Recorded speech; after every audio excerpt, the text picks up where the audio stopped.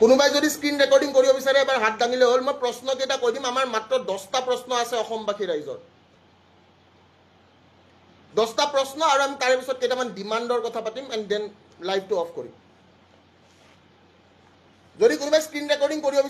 বিচাৰে মোৰ প্ৰথমটো প্ৰশ্ন যদি অসমত 2টা বজাত নিউজ বাজিছে তেতিয়া ছিংগাপুৰত গধূলি 4:30টা বাজিছে 8-9 ঘণ্টা তেওঁৰ মৃত্যুটোক লুকাই থোৱা হৈছিল তাৰ মানে 6:30 বজাত তেওঁৰ মৃত্যু হ'ব লাগিব যদি 6:30 বজাত হৈছে সিদিনা সানৰাইজ হৈছে আপোনাৰ 6:55 ত ছিংগাপুৰত আৰু তেতিয়া আমি যদি ভিডিঅটো চাওঁ বহুত পোহৰ হৈ আছিল কোৱেশ্চন নম্বৰ 2 পৰাগদা তেওঁলোকৰ লগত গৈছিলে পৰাগদাই এই কথাষাৰ তেওঁ ফেচবুকত লিখিছে যে মিছা কথা কৈ লাভ নাই নম্বৰ 3 এখন ইয়ট যেতিয়া বুক কৰে ইয়টখনত আপোনালোকৰ সিসিটিভি ভিডিঅ' থাকে আৰু আমাক সিসিটিভি ভিডিঅ' গুটেখিনি লাগে ইয়ট মানে এখন প্ৰাইভেট নাও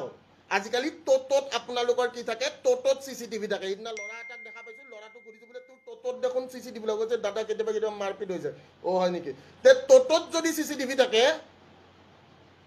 তে তেনেহলে আপোনালোকৰ ইয়টতো সিসিটিভি আছে আমাক আৰম্ভণিৰ পৰা শেষলৈকে সিসিটিভি ফুটেজ লাগে চতুৰ্থ কথা যিখিনি মানুহে কৈ আছে আমি গৈছো আমি যোৱা নাই আমি আছো আমি নাই সেই মানুহখিনিয়ে সিসিটিভি ফুটেজটো যদি দিব নোৱাৰে দেন অসমবাসী ৰাইজে কিছুমান ভাবিবলগীয়া কথা নম্বৰ 4 যে জুবিনদাৰ দৰে মানুহ এজন যদি গৈছে তেনেহলে তেওঁৰ লগত সিকিউৰিটি তেওঁৰ লগত ডক্টৰ আৰু সবতকে ডাঙৰ কথা তেওঁ হস্পিটাল পাওঁতে কিমান সেইটো লাগিব তেওঁ হোৱা জাগাৰ পৰা হস্পিটাল পাওঁতে কিমান সময় লাগিছে য'ত কাহানীটো হৈছে আৰু তাৰে পৰা হস্পিটালত তেওঁ কিহত লৈ যোৱা হৈছে হস্পিটাল পাওঁতে কিমান সময় লাগিছে আমাৰ এইখিনি প্ৰশ্নৰ উত্তৰ লাগিব নম্বৰ 7 যে মই যদি আজি এজন কৰ্মৰত সিকিউৰিটি গাৰ্ড মই যদি আজি কৰ্মৰত এটা বোলে কি ডক্টৰ মই যদি কৰ্মৰত আজি ইঞ্জিনিয়াৰ মই যদি কৰ্মৰত আজি পুলিচ প্ৰশাসন মই যদি কৰ্মৰত আজি মেনেজাৰ তে মোৰ দায়িত্ব আছে because my name is manager আৰু মই মেনেজাৰ মানে মই সকলো কথা গম পাব লাগিব যে তেওঁ কি খাব লাগে তেওঁ কি খাব না লাগে তেওঁ ক'ত যাব লাগে তেওঁ ক'ত যাব না লাগে তেওঁ কি কৰিব লাগে তেওঁ কি কৰিব না লাগে এটো প্ৰশ্ন নম্বৰ 7 প্ৰশ্ন নম্বৰ 8 টো হৈছে যে কি